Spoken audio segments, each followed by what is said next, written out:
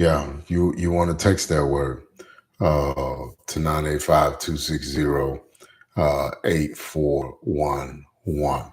All right. So, question we're answering, you already know what we're answering. And so let's dive in. It is, how do I know if I should continue dating this person?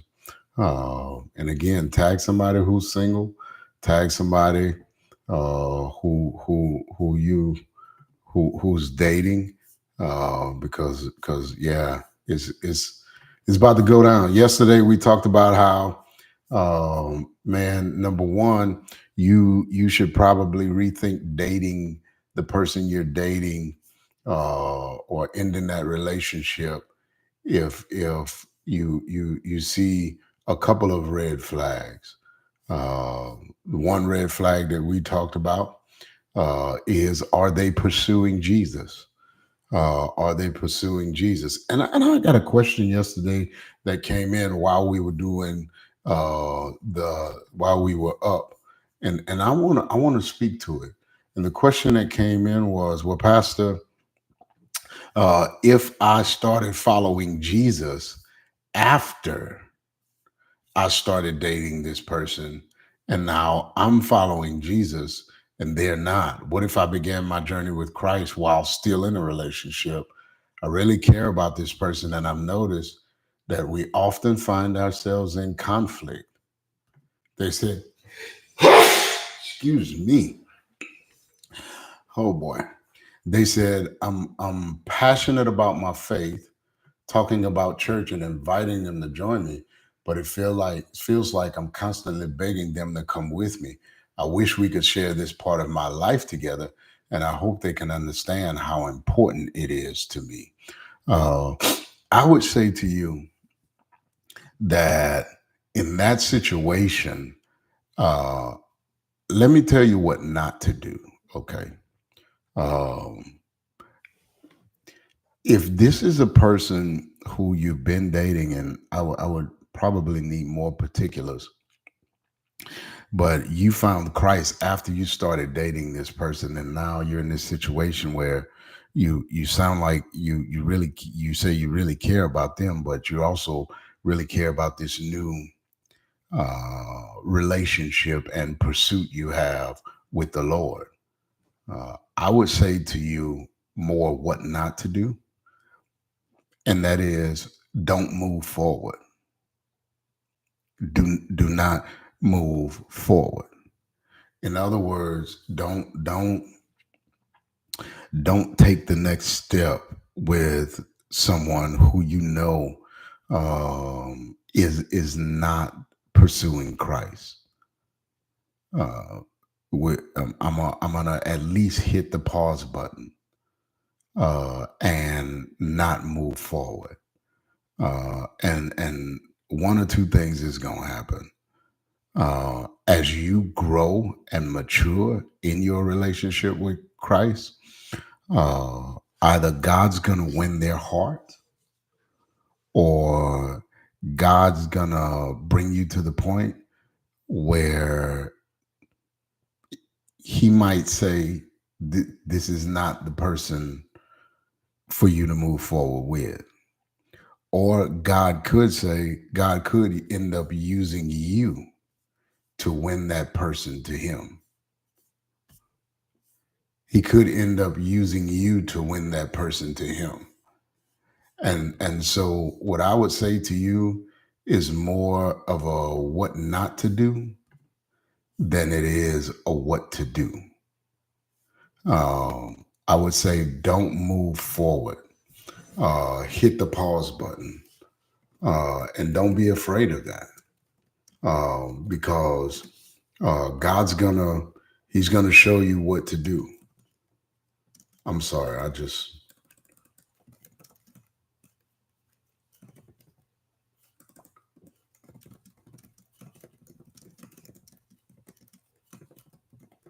y'all bear with me.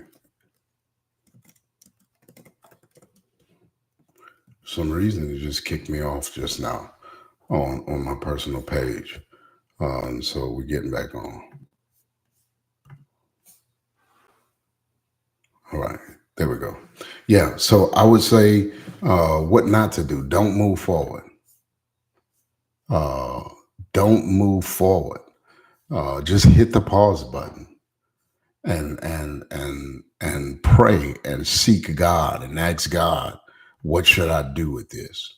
The other thing, though, is uh, don't do anything. And when I say don't move forward, I don't just mean don't get married. I mean, do not further intertwine yourself and intertangle yourself into that relationship. Um, Ask God what to do. And listen, ask God to win their hearts. Ask God to save them. Ask God to do the same thing in their life that He did in yours. I Because just like He saved you, and just like He rescued you, He can, maybe God wants to use you to save them. And that doesn't mean you beat them over the head with your newfound relationship with Jesus. That means that you live your life for Jesus in front of them. I hope I'm making sense to you. That means you pursue Jesus in front of them and let them see the difference that He's making in your life. Not that you live for them to see the difference, but you live so that they can. Are you with me?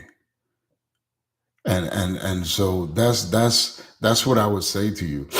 I would say to you, definitely don't move forward. Hit the pause button. And see. But let me say this too. That's the reason too, man. Why you don't? That's the reason too. Why? Because nowadays, man, we set up house and set up shop and set up family before we make it official. And that's the reason why you don't want to do that. There's this thing, y'all, called order, and there's blessing in order. There's protection in order. There's covering in order. And so many times, man, we do things out of order, and we end up paying the cost for it in the long run. That's the reason why you want to do it in order. In other words, don't live like you're married if you're not married. Don't set up house and set up life and set up shop like you're married if you're not married. Save some things. Come on, save some things. That's what I just answered, Miss Sheila. If you're in love before you found Christ, and that person has not found Christ, and you're not married yet, don't move forward. And I'm not saying break up with them, but what I am saying is don't further intertwine or intertangle yourself with that person. Pray, ask God to save them, ask God to rescue their hearts, and ask the Lord to do in their life what He's done in yours. And seek direction from God. Ask God what to do. Ask God how to do this. Ask the Lord, what He wants you to do. You know, and again, God can use you to win them.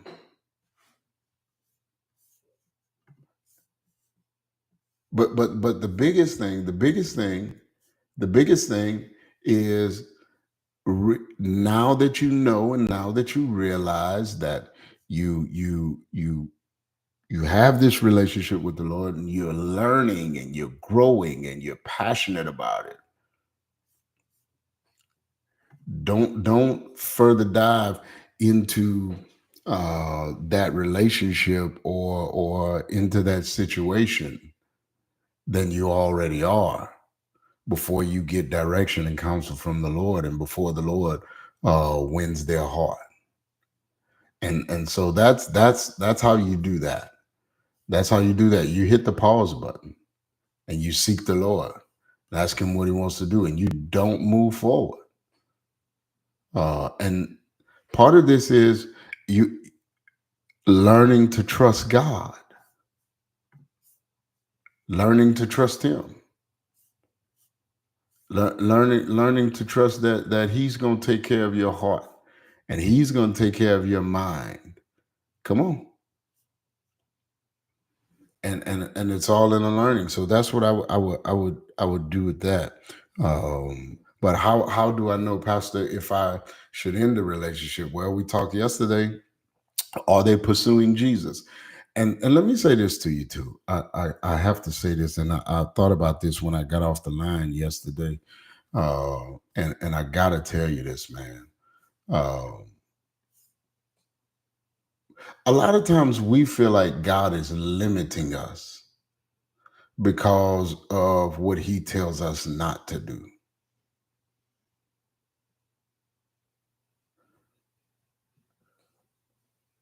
And and we ignore the boundaries that God sets for us because we feel like it's limiting us. Listen, God's not limiting you. He's loving you. God's not limiting you. He's protecting you.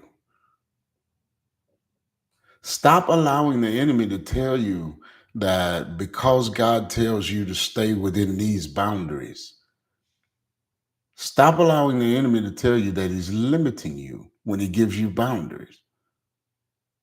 When God gives you boundaries, he's not limiting you, he's loving you.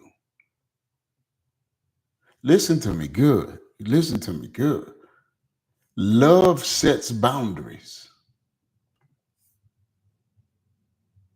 Whew. I'm going to say it again.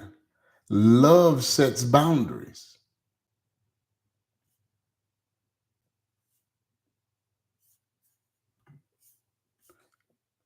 Love sets boundaries. For why does love set boundaries, Pastor? For protection, for safety. And God is not limiting you because he sets boundaries. He's loving you. And you have to learn to live, watch this, and find your freedom within those boundaries.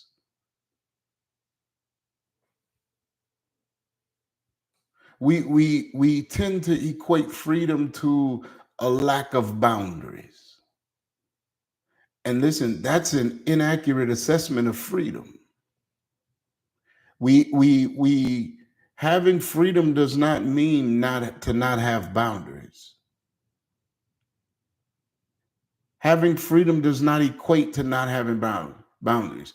Listen, so then what is freedom, Pastor? What is having freedom? I'll tell you what it is. Having freedom is knowing that as long as I stay within the boundaries, come on, I have protection. Freedom is the peace of knowing that I'm safe within the boundaries. It's the joy of knowing that I am protected within the boundaries. It's the security of knowing that there's provision for me within the boundaries. I have unlimited access to everything that's made available to me. Without fear, that's freedom. Without guilt, that's freedom. Without punishment, without condemnation, I have unfettered access to it all. Get this, as long as I stay within the boundaries. That's freedom. Freedom is, we have to stop boiling freedom down to there's external destination. Freedom is not an external destination. Freedom is an internal state of being where no matter where I'm at and no matter what's going on, I have peace. And many times we rob ourselves of peace because we're in pursuit of freedom. And we're looking for that freedom outside of we're looking for peace, actually. We're looking for joy. And we escape the boundaries that God sets for us in pursuit of this peace and in pursuit of this joy. And we think that we're going to find, it when we get outside those boundaries, only to realize that when we get outside of the boundaries, there's only condemnation, there's only conviction, there's only heartache, there's only hurt, there's only disappointment.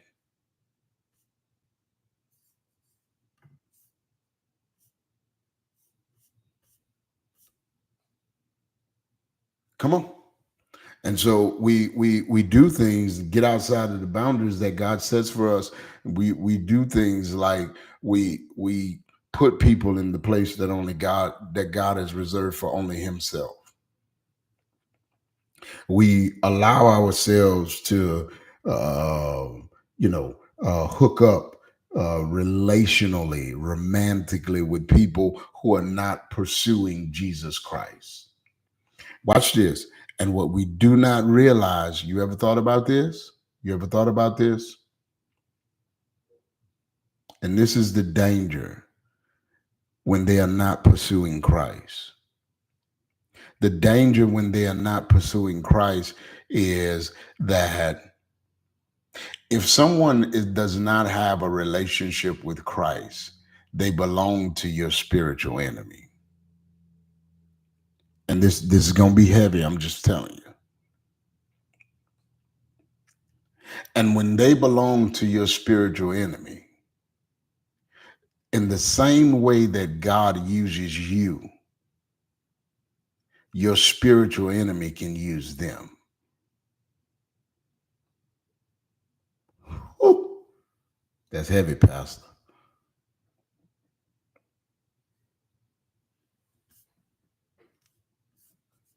And so now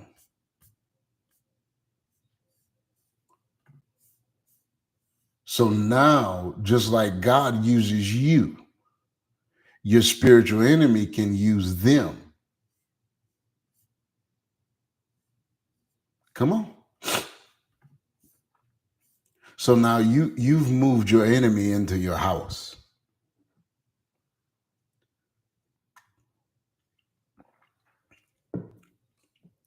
You've allowed your enemy unfettered access to your life.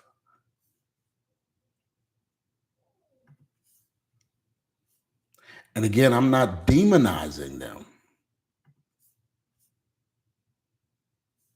But let's be real. If Jesus Christ is not on the throne of their hearts, there's no in between.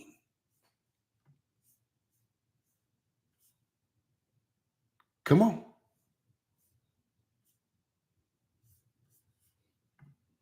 You've given your spiritual enemy access to your children.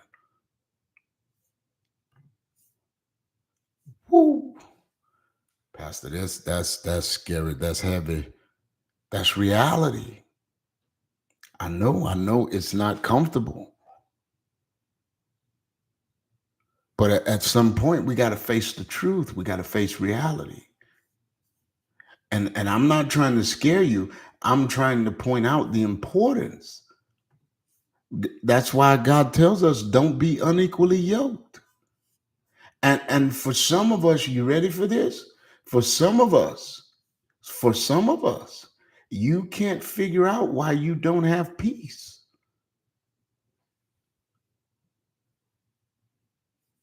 You can't figure out why you don't have joy.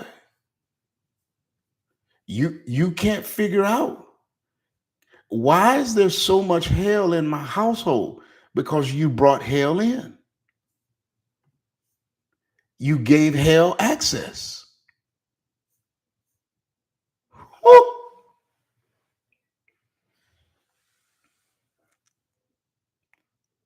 Are y'all here? Are y'all with me?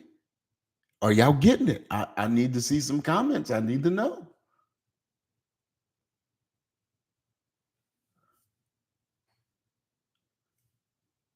You gave hell access to your house. You gave hell access to your children.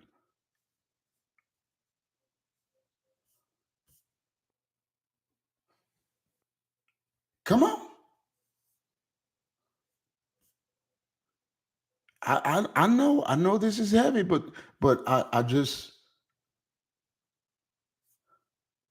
I'm trying to point out the important. A lot of times we take things lightly that we shouldn't take lightly because either we don't know or we're not paying attention.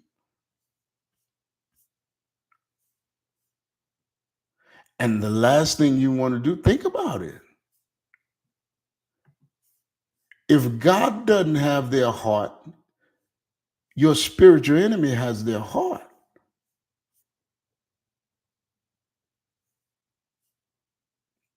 Woo.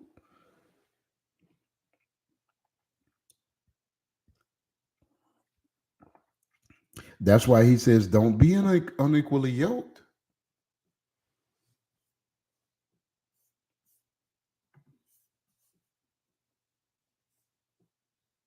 Don't do that. Don't be so desperate for love that you settle for love from your spiritual enemy or what appears to be love. My God. You ever thought of I tell you all the time, those of you who are members of community church, I tell you all the time that your spiritual enemy wants to kill, steal, destroy. And you cannot be surprised at what he will use to destroy your life. And yes, your spiritual enemy will use your desires to destroy you. Your desire to be relationally connected, your desire to be romantically connected. He will use your loneliness to destroy you. He wants to kill, steal, destroy.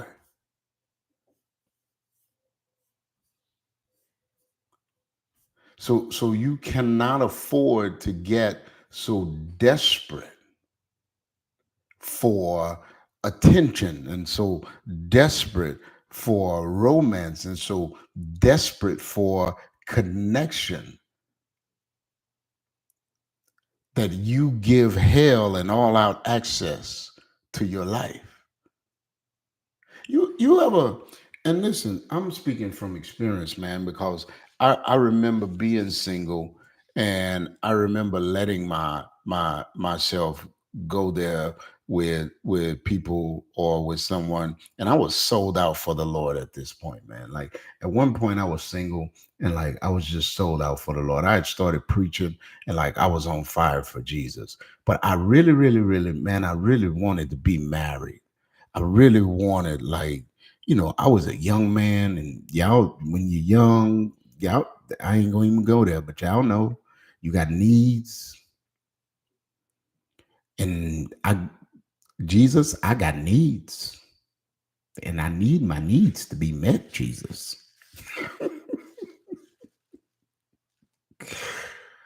And I just remember letting down my guard,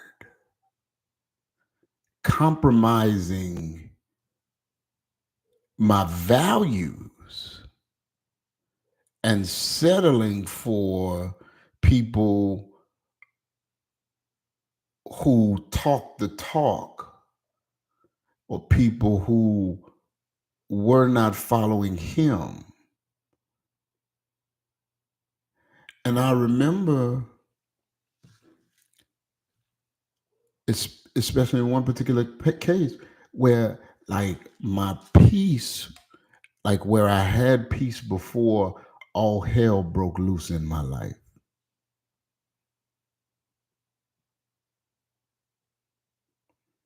And it wasn't even it was just it just all hell, no peace, no joy, like no, like stress and conflict and toxic everywhere I turn, and just all because I gave hell and all access pass,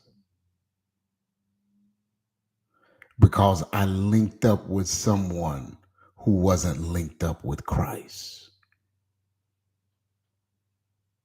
And I've got to talk to somebody right now who's going through this. And you can't figure out where the hell is coming from. You can't figure out why you don't have any joy. You can't figure out where your peace went. You can't figure out why you can't get settled. You at one point you were walking with the Lord, and even though you didn't have the desires of your heart, and in that area, you got and you got impatient, and you allowed some people and some things to come into your life, and allowed yourself to get connected to some things and some people, and now all hell is breaking loose, and you're trying to figure out where it's coming from. I'm telling you, all hell is breaking loose because you let hell in.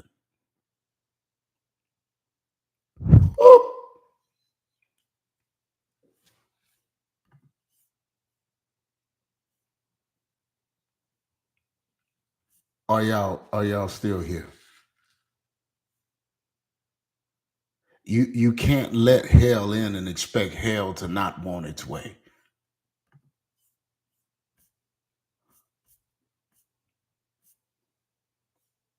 Mm. Didn't mean to spend that much time on that. How do I know if I should get out of this relationship, Pastor? I gotta, and let me say this too. That's not just for romantic relationships. Like you listen, for some of us, it's not your boyfriend or your girlfriend or or anybody. It's your friends.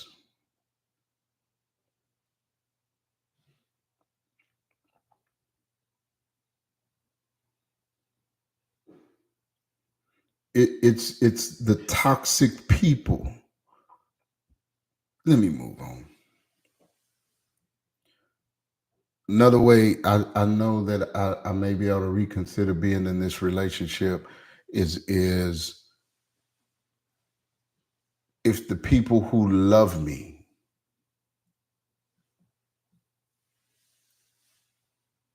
if the people who love me don't like them.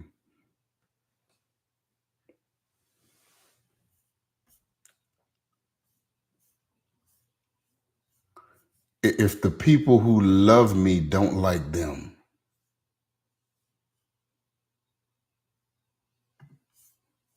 Now I know what you're thinking. I know what you're thinking. See, we have this thing where, we get all in our feelings, especially in a new relationship. And if the people who love us don't like them, we call the people who love, all of a sudden the people who love us are haters.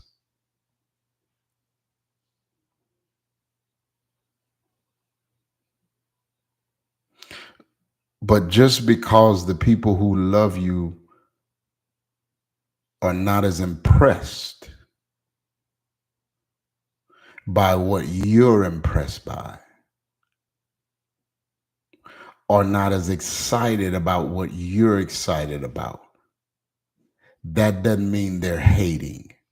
See, sometimes we say people are hating when they're really loving.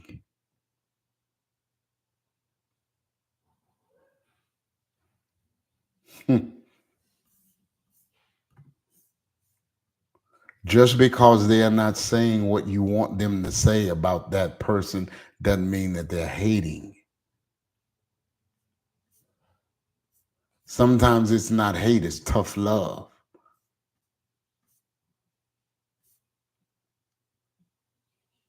What are the people in my circle, the people who I know love me, the people who I know can trust me, I can trust? Now, I know it can be tricky, and I'm not saying you should go with what your circle says all the time. But what I am saying is that when you have the right circle, who have the right heart, when you know you can trust the people you're surrounded by, when you have a circle who's connected to Christ, when you have a circle you know is looking out for your best interest, when you listen, you have to at least give weight to what they're saying about the person. Remember, you're in your feelings. You're excited. You're happy. You got the little bubbly wubblies in your stomach and you get nervous every time you're around them. Now, what your grandma say? Y'all know how them grandmothers are. Not as easily impressed. You need to bring them around that real person who just real and uncut and can see right through you. Come on, anybody know what I'm talking about? Know who I'm talking about? That grandmother who's not easily impressed, that mother who you may not like what she say, but you know it's the truth. Come on. That father, come on. Do they pass their smell to you? Got to give weight to that. You listen, you like them, but do the people who love you like them? And again, I know it's not the end all be all, but you should definitely pay attention to what they're saying and what they think. Why? Because again, especially when you first start dating that person, listen to me, man. Trust your circle more than you trust that person, especially when you first start dating them. And sometimes you should trust your circle more than you trust yourself. Because remember, you're smitten.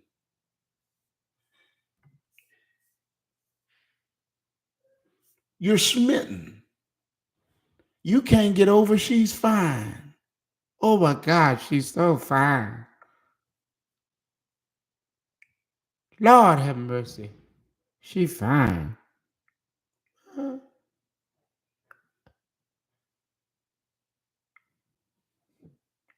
All right, she fine. You can't get over he's cute. You can't get over how he smells so good. I ain't never had a man who smelled that good.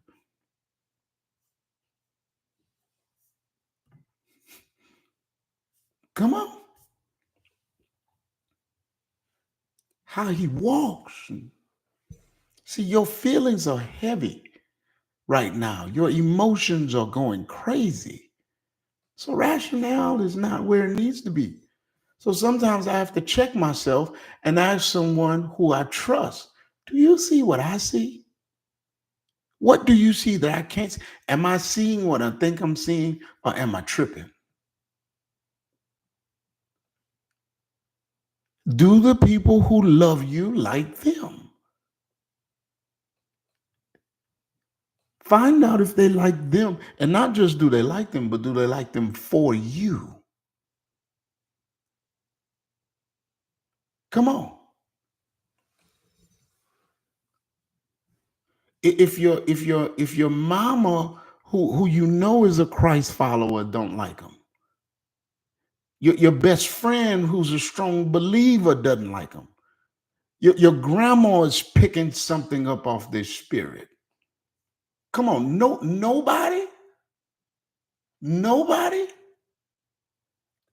not even the dog. Come on. Now you've been trying to get your dog to be aggressive since it was a puppy. He don't bark at nobody. Matter of fact, if someone was to rob you, the dog would just show them where everything at. Yeah, man, the jewelry over there. If you're looking for the safe, it's over there. It's under the kitchen cabinet.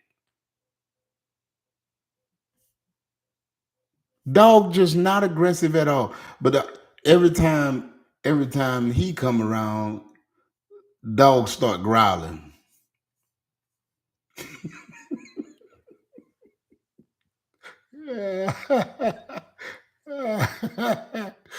You didn't even know this dog could growl. Yeah, Stephanie. Goldfish just start bumping into the glass of the aquarium every time it come around.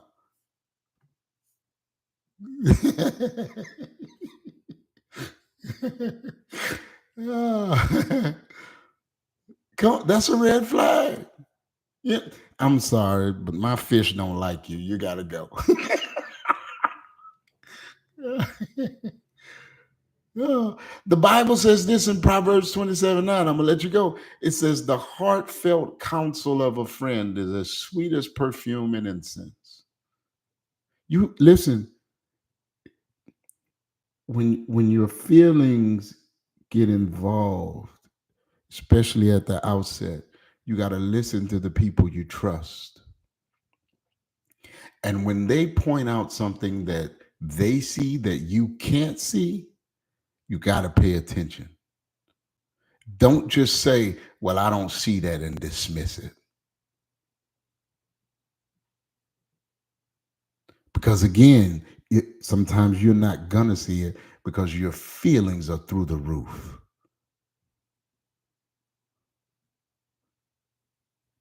They may be able to see something that your feelings won't let you see. They might see, like what, Pastor? Well, they might see that you're not being respected.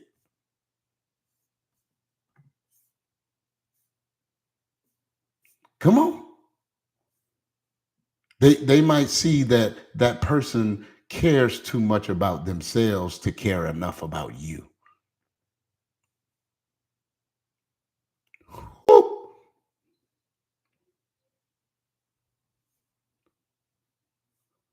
I'm going to say that again.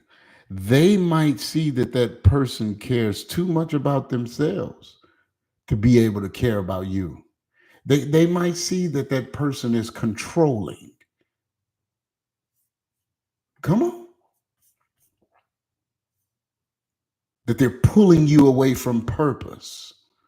And again, I'm not saying that what they say is final, but I'm saying listen to the people that you know love you.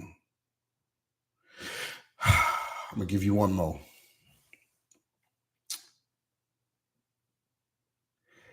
If you get to the place in a dating relationship where conflict is a constant part of the diet,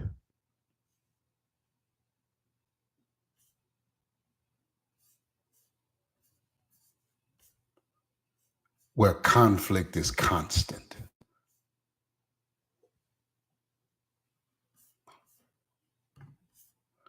Now, listen, everybody has conflict.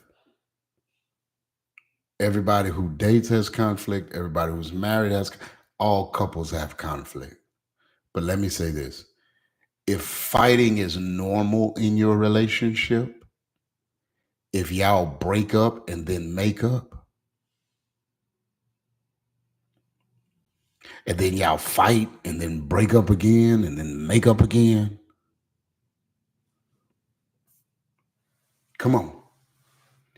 Here y'all are, y'all done fought and broke up 20 times since Friday. And today is only Saturday.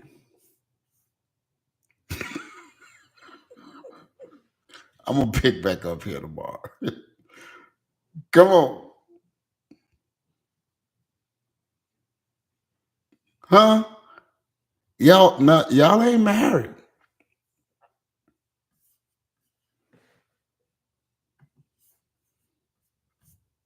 but always fighting, drama. Come on,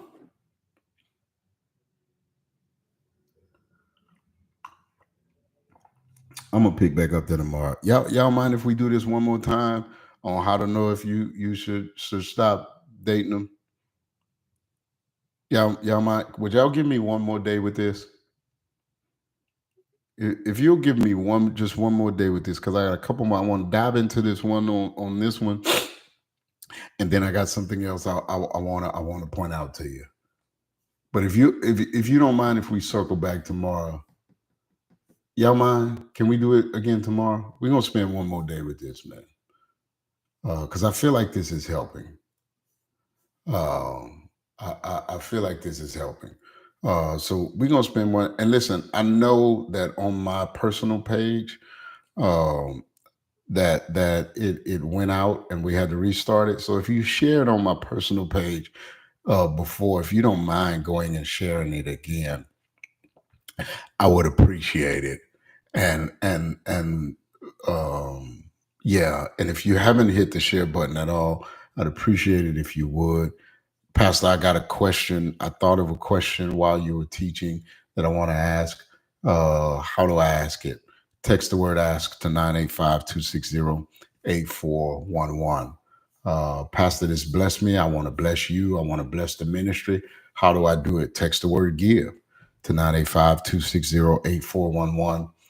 You can also go to communitych.com/give. Is this helping y'all? Come on, tell me the truth, man.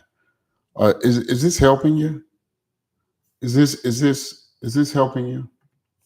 I don't want to do anything that's not helping you, man. And so I hope this is helping you. All my single folks, all my folks who are dating, and I hope that it's also helping the married folks as well, man. And so thank God if it is, man. Hit that share button, and if it's the Lord's will, man, join me right back here tomorrow morning on Jumpstart Live. I love y'all. God's blessings over each and every one of you, and yeah, we'll see y'all tomorrow. God bless.